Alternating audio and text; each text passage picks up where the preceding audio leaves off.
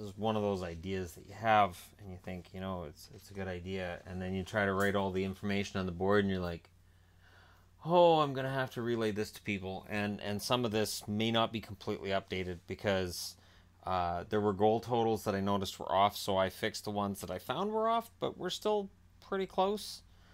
So the important information is here, and again, I always go over what's on the board. So if you can't read it, that's fine. I can barely read it where I am.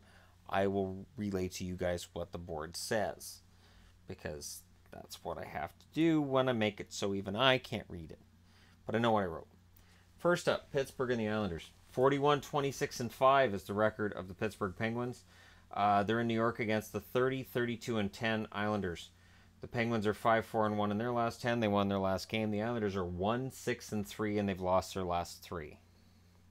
There are some bad teams in the NHL right now.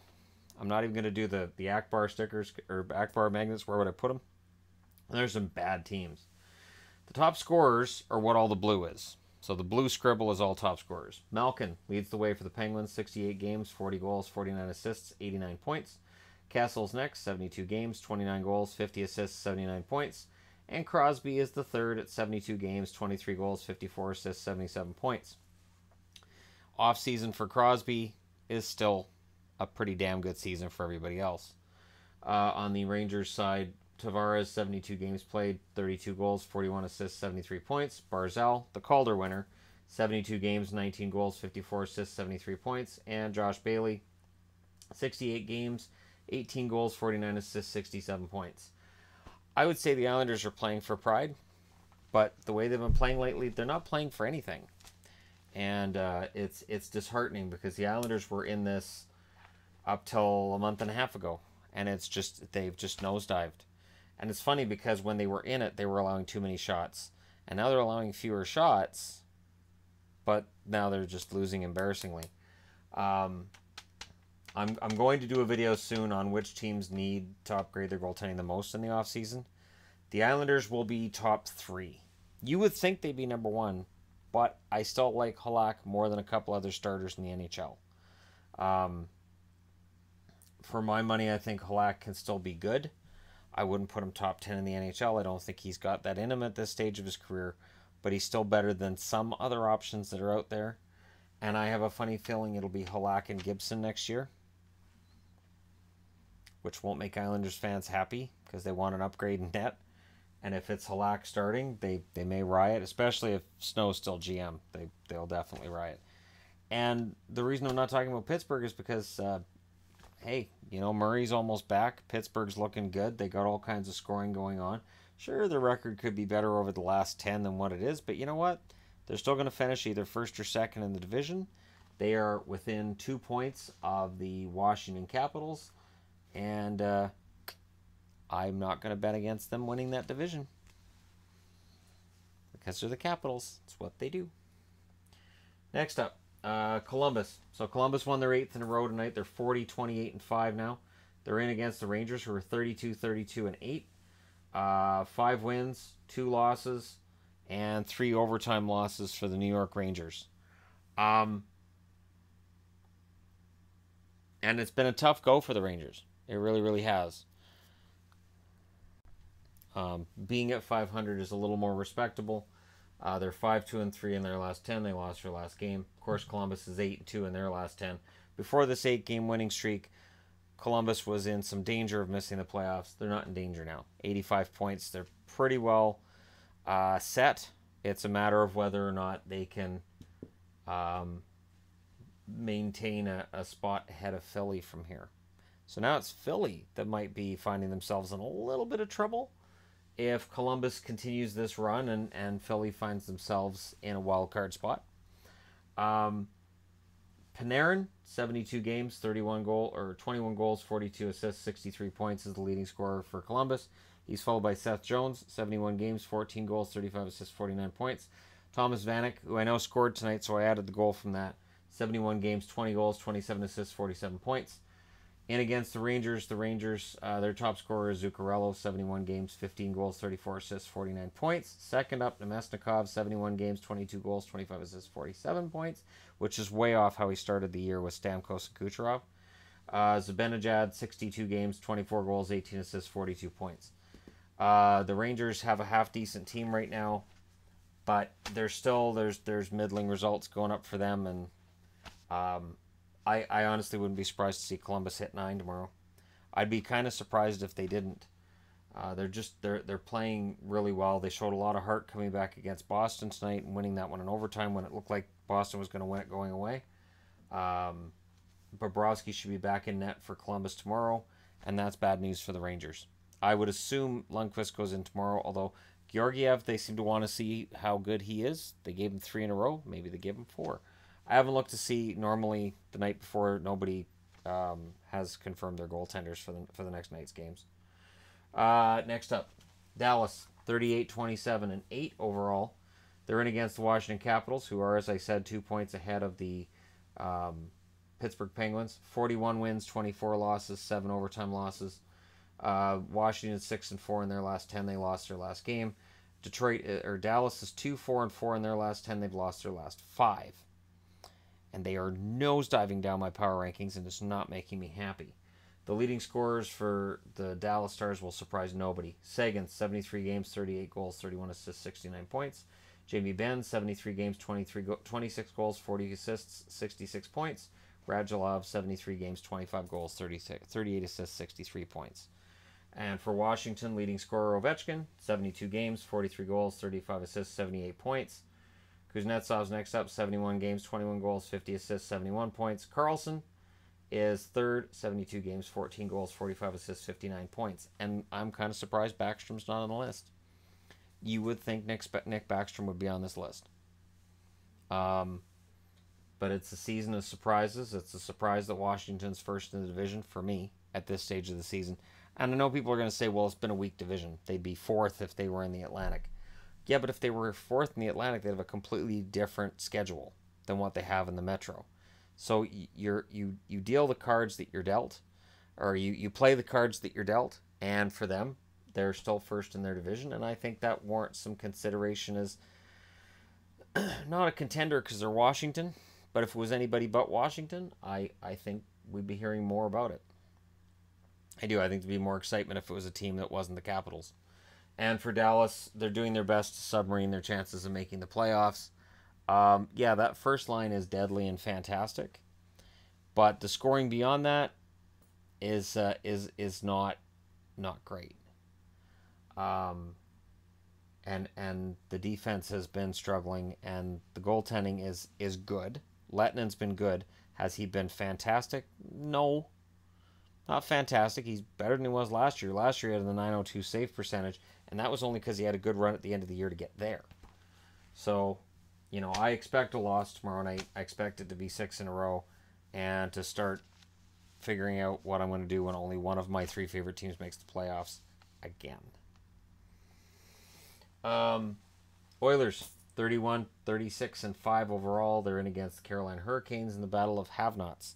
The 31, 30, and 11 Carolina Hurricanes, they're both 4-5-1 in their last 10. The Oilers losing their last game and Carolina winning their last game, although Carolina's win was against the Islanders, who aren't beating anybody. McDavid's the leading scorer, of course, for the Oilers, 72 games, 34 goals, 55 assists, 89 points.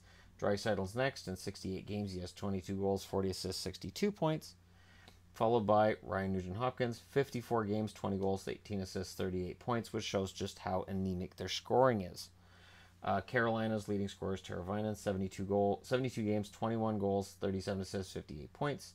Sebastian Aho's next, 68 games, 25 goals, 32 assists, 57 points. Justin Williams brings up third, 72 games, 15 goals, 30 assists, 45 points.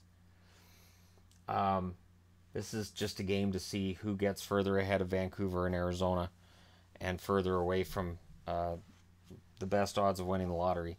There really isn't anything else on the line here. I would think it's Darling. Could be Ward.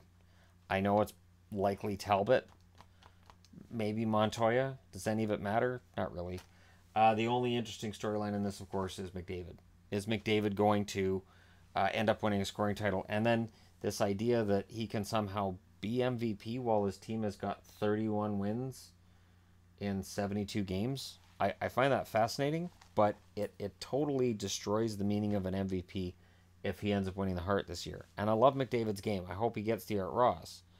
But MVP is a player who's most important to a successful team. It's not written in the award that it's a successful team, but it's kind of, that's the idea behind it. It should be a successful team. So I can't see it for Edmonton. And of course for Carolina, well, it's been a disaster for a while. Next up, Florida, coming off a win tonight. They're in it against Ottawa. So again, remember I said Florida's got a pretty lax schedule in terms of who they're playing against. Florida's 36-27-7 overall. They're 7-2-1 in their last 10. Remember, they still got 3 more games against Boston, and they shut Boston out the first time they played them this year. They're in against Ottawa, who's 26-34-12. They're 5-4-1 in their last 10. They lost their last game. Leading scorer for Florida's Barkov, 68 games played, 25 goals, 45 assists, 70 points. Trocheck second, 68 games, 28 goals, 38 assists, 66 points. Huberdeau's third, 69 games, 23 goals, 40 assists, 63 points. Very solid, evenly matched scorers for Florida. Shut one down, the other two will hurt you. For the Ottawa Senators, Stone leads the way in 58 games, 28 goals, 42 assists, 62 points. Next up, Erik Karlsson, 68 games, 8 goals, 48 assists, 56 points. Not bad for a defenseman having a bad year. Hoffman, 71 games, 22 goals, 29 assists, 51 points. And when I say bad year for Karlsson, I mean bad year for him. For almost any other defenseman, this would be a fantastic year. We'd be talking about how great they're playing, but because it's Karlsson, we instead are focusing on the fact that his plus-minus has been poor, his defensive play has been poor, and he hasn't been playing completely healthy. This is the microscope that he's under. Because again, any other defenseman, we're talking about just what a fantastic season he's having, how many points he's putting up, and that's not the conversation with Karlsson. So for Florida, it's a back-to-back. Ottawa's been decent over their last 10, but I've been impressed with Florida taking advantage of the teams they need to. And seeing them lose their, not tonight, but lose their game before that, was tough because, it's Edmonton and they should beat Edmonton. Well, now they should beat Ottawa. And hopefully that loss to Edmonton wakes them up to that. I would imagine it'll be Reimer and probably Anderson playing for Ottawa. And for Ottawa, they're playing out the string, but they're playing well. And we'll see how it works for them. We'll see if Senators fans are lamenting this later because they don't win the lottery and lamenting, what could have been and what they could have had if they won the lottery and got Dahlin with Karlsson. But I still think finishing the season strong is good. And number 4 on the scoring list for Ottawa is Matt Duchene, who has been playing better. He just needs to be able to play that way all year. And next up, Philly. The Flyers, 37-25-11 overall. They're 3-6-1 in their last 10. They've won their last 2. They're against Detroit, who are 26-35-11. Famously 0-9-1 in their last 10. They've lost their last 10. Oh boy. For Philly, their leading scorer, of course, is Claude Giroux, 73 games, 26 goals, 58 assists, 84 points. Followed by Voracek, 73 games, 18 goals, 60 assists, 78 points. Jean Couturier is third, 73 games, 29 goals, 39 assists, 68 points. Might get himself a Selke as well. For Detroit, their leading scorer is Larkin, 72 games, 9 goals, 41 assists, 50 points. Zetterberg is second, 72 games, 10 goals, 37 assists, 47 points. Anthony Mathis third, 70 games, 23 goals, 18 assists, 41 points. That's a sad leading top 3 scorers for Detroit. It is. Those totals are, let me just take a quick look around the board. Yeah, they're the lowest top 3 scorers of any team on the board. 41 points is third. The Oilers are worse than that with 38 from Ryan Nugent-Hopkins, although he hasn't played for the entire season. Zibanejad's close with 42 points, but he's only played 62 games and Mathis played 70. There's a massive scoring issue in Detroit. And I'm not sure how you fix this, but Philly's coming in playing well, and yet if it's Mrazek, he's been allowing some goals. If it's Lyon, he's actually a pretty decent goaltender, but I could see Detroit putting up some goals. I just can't see them stopping any. And I'm being honest, and I'm not saying it to slam their goaltenders, although they do need a new goaltender. But Detroit, just in general, is playing really, really poorly as a team. That game against Colorado was humiliating. And I say that as somebody who would have reveled in this 10 years ago watching Detroit, just because they were always winning everything. But I can't revel in this now. This is just sad. This is a team that should be better than what they are. And Philly's going to come in, and Philly may very well make it 11 in a row. Because Philly's been streaky. And now they're on another good streak. So with Columbus breathing down their necks, they may very well come out and play their best hockey tomorrow night. They really want to finish third. They don't want to be in a wild card spot, which is understandable. You want to finish as high up as possible, making it so that if you go further into the playoffs, you have a better chance of getting home ice advantage, which is important, although a lot of people may question that. Next up, Toronto. This is the game of the night, by the way. Toronto's 43-22-7. They're 6-2-2 in their last 10. They've won their last 4 in a row. They're in against Tampa. Tampa's 49-19-4. They're 7-2-1 in their last 10, and they won their last game. And the game before that was Boston shutting them out. Toronto, their leading scorer is Mitch Marner, 72 games played, 19 goals, 41 assists, 60 points. William Nylander's next, 72 games played, 15 goals, 37 assists, 52 points. Austin Matthews is still third, even though he's missed quite a few games. He's played 53, 28 goals, 22 assists, 50 points, and he's close to coming back.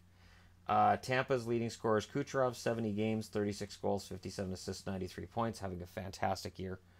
Stamkos, 72 games, 27 goals, 57 assists, 84 points. Braden Point is third, 72 games, 27 goals, 31 assists, 56 points. Or 58 points. The distance between Kucherov and Stamkos, the number 3 scorer, tells me they will get Hart Trophy votes.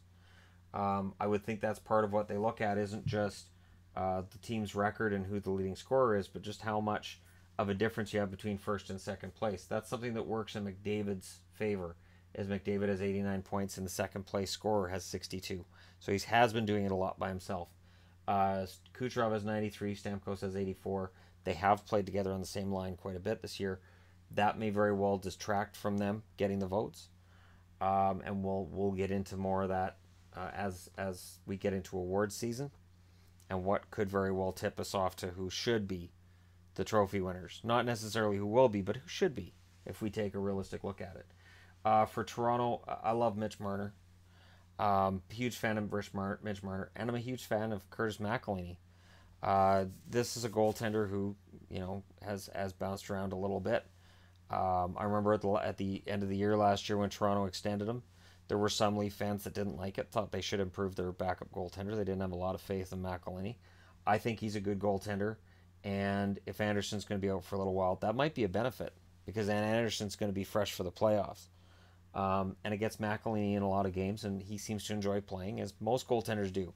Just because a guy's a good backup doesn't mean he wants to be the backup. Doesn't mean he wants to sit on the bench. He probably wants to be in the net and probably wants a chance to prove he's a starter. So for McElhinney, this is a good run, and for Toronto, it's been a good run as well. So they're doing it without Anderson. They're doing it without Matthews. That says a lot about just how good Toronto is. This is why I'm kind of scared of Toronto going into the playoffs. Just a little bit.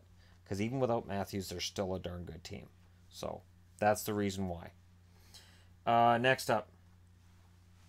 So LA, 39-27-6. They're coming off of a win in Minnesota tonight in overtime.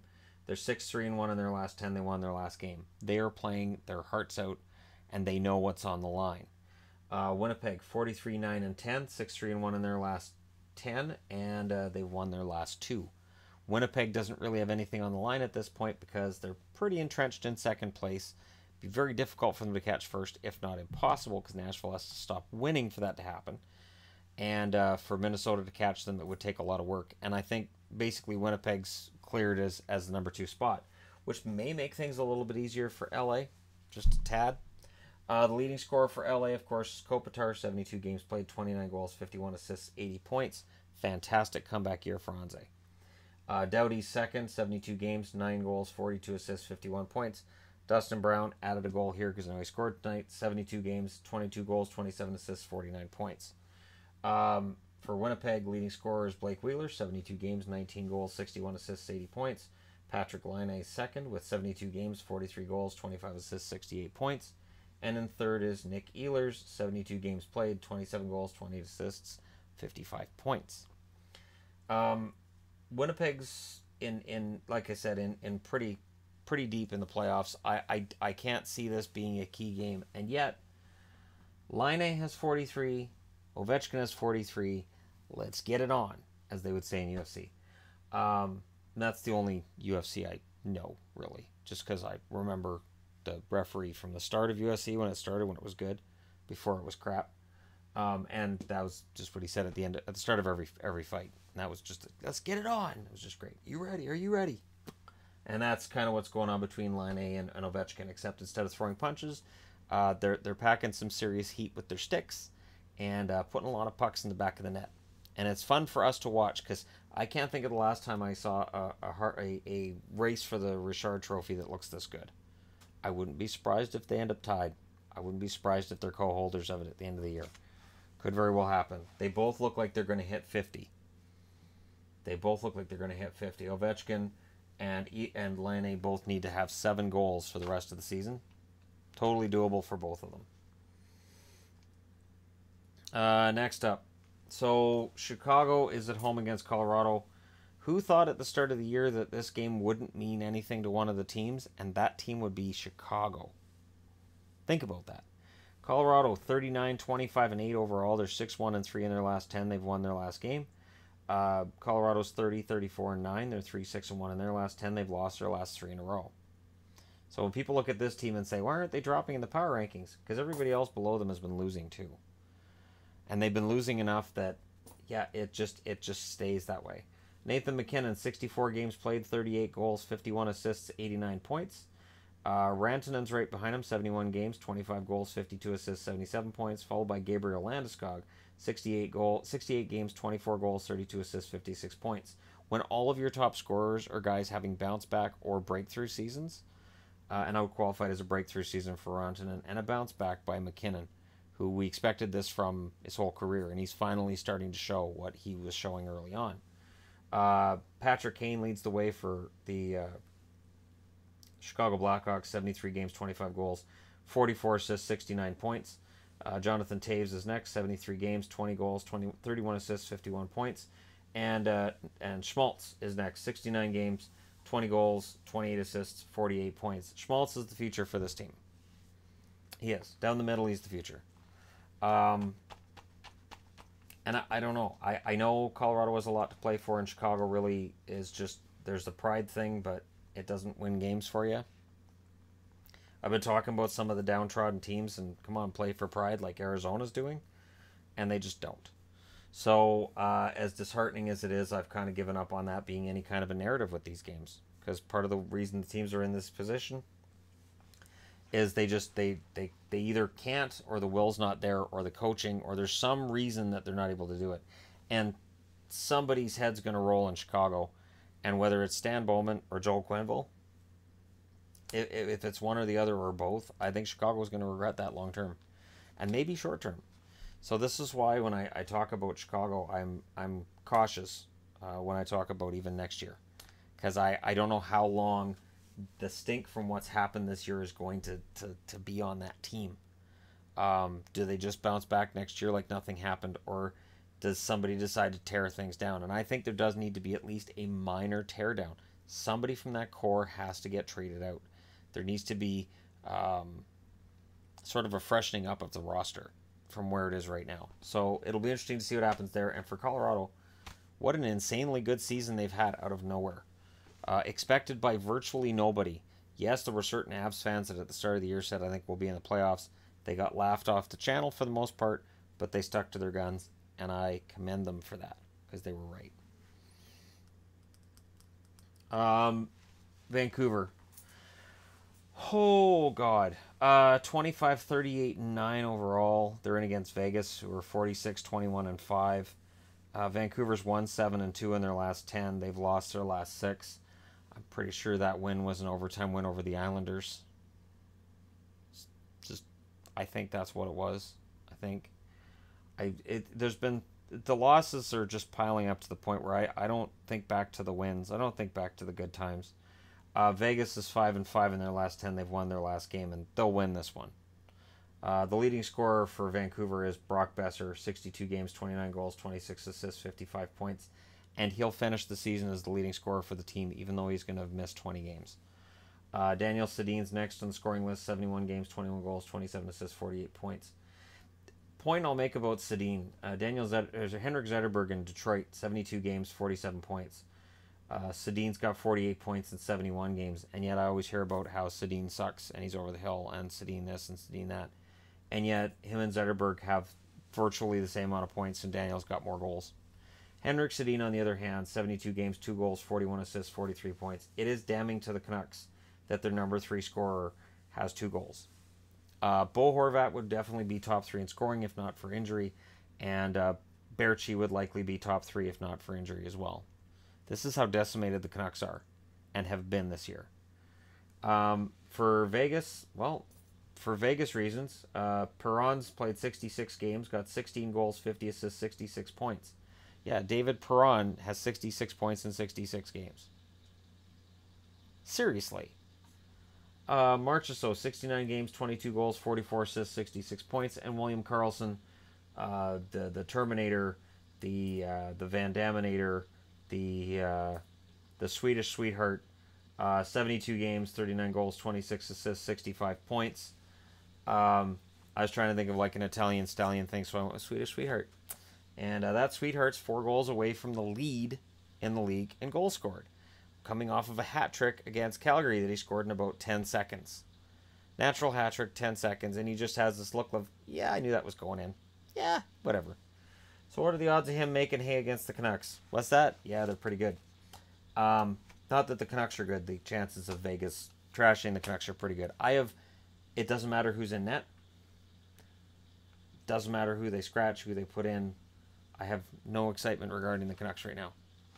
Don't bring up Demko. Don't even think about bringing anybody over from Europe when their season's over. Just leave them there. Keep them away from this misery. Bring them in the fall. This team is sinking like a rock. And when I hear anybody talking about, well, Detroit's playing the worst in the league. No, they're not. Montreal's the worst in the league. No, they're not. Islanders? No. The worst in the league is Vancouver. They don't have the horses at all. They got shut out 3 times in their last 4 games, and I wouldn't be surprised if they get shut out for the 4th time in 5 games tomorrow night by Vegas. And if Vegas puts Marc-Andre Fleury in the net tomorrow night, that's obscene. If they put Fleury in net against the Canucks tomorrow night, that's obscene.